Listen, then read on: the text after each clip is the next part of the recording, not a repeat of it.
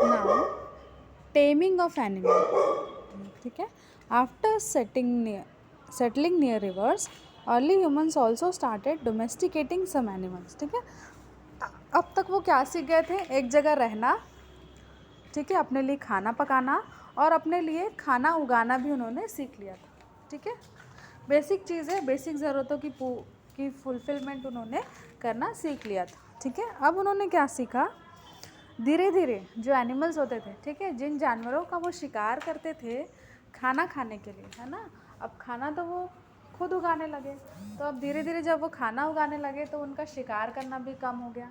अब उन्होंने थोड़ा सा दिमाग लगाया, लॉजिक लगाया और सोचा कि जो शिकार हम करते हैं क्यों ना उन्हीं जानवरों का यूज़ हम अपने यूज़ के लिए करें, ठीक है। मतलब हम उसको मारेंगे नहीं, लेकिन हमारे जो काम है छोटे छोटे क्यों ना हम उन जानवरों की हेल्प से करवा सकते हैं, क्योंकि सारे काम वो खुद करते थे, ठीक है, तो वो थक जाते थे, ठीक है। They felt that all animal should not be hunted for food.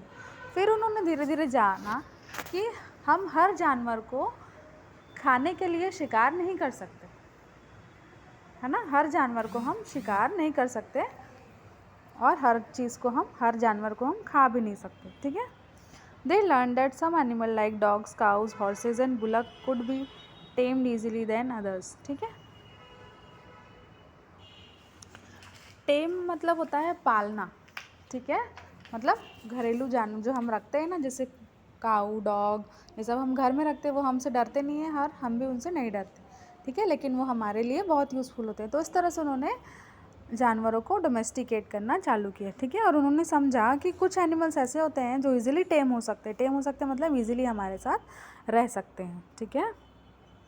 They started using dog for guarding their houses and other animals for farming and getting milk and meat, ठीक है। तो उन्होंने धीरे धीरे डॉग को किस लिए रखना शुरू किया, अपना घर को गार्ड करने के लिए, ठीक है, अपने घर की रक्षा करने के लिए डॉग रखना शुरू किया और बाकी दूसरे एनिमल को फार्मिंग यानी खेती के लिए, ठीक है, मिल्क के लिए और मीट के लिए भी रखना शुरू किया।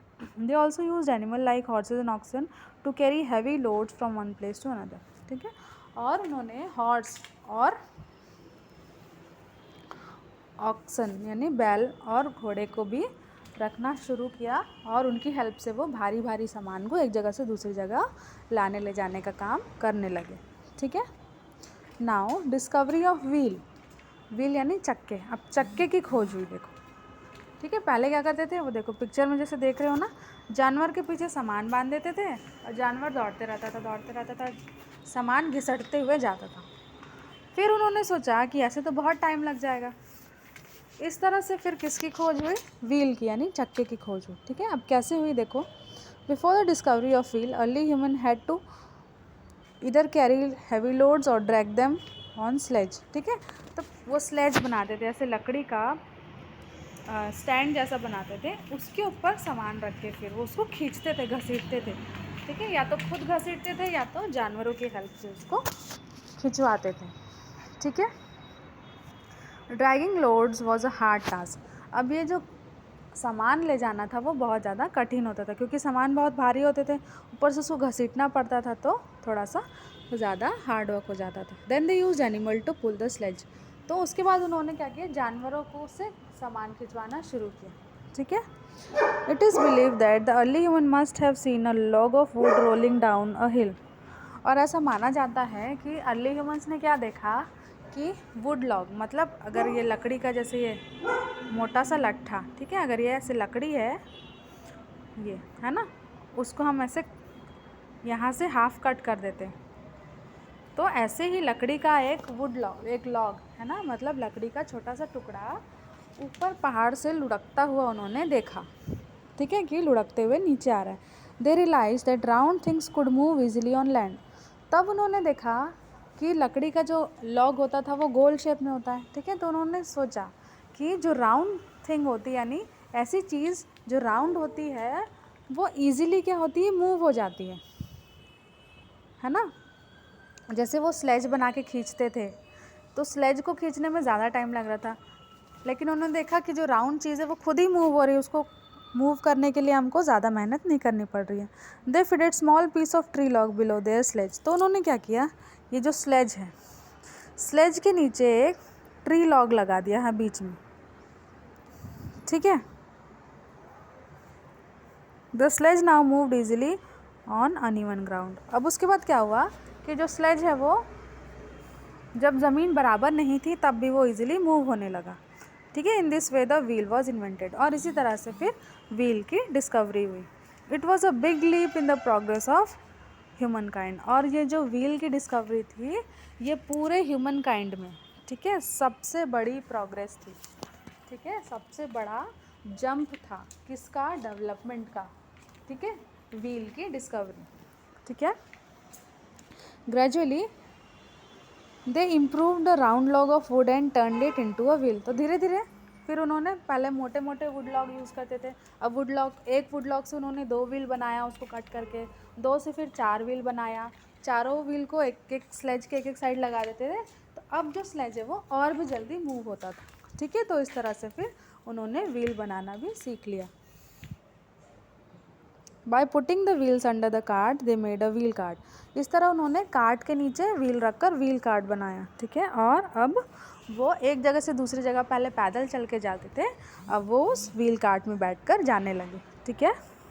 Wheels were known to be invented in Mesopotamia.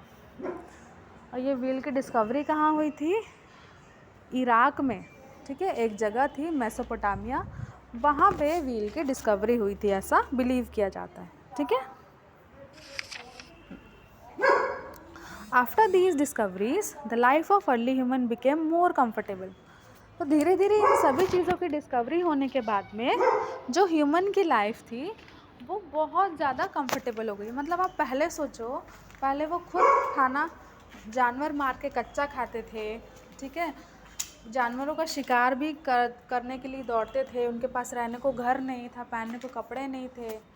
और अभी की लाइफ देखो, उन्होंने आग जलाना सीख लिया था, तो आग में खाना कुक कर लेते थे, ठीक है, अपने आप को ठंड से भी बचा लेते थे, जंगली जानवरों से भी बचा लेते थे, ठीक है। और व्हील की इन्वेंशन तो बहुत ही ज़्यादा बड़ी अचीवमेंट थी, ठीक है।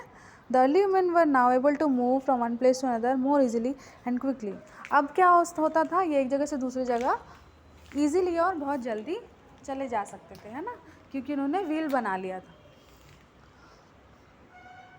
Domestic animal help them to carry heavy load. उनके जो एनिमल्स थे, डोमेस्टिक एनिमल्स थे, वो उनका सामान उठाते थे, अब इनको लोड उठाने की भी ज़रूरत नहीं थी, ठीक है। They began using the wheel for other purpose as well.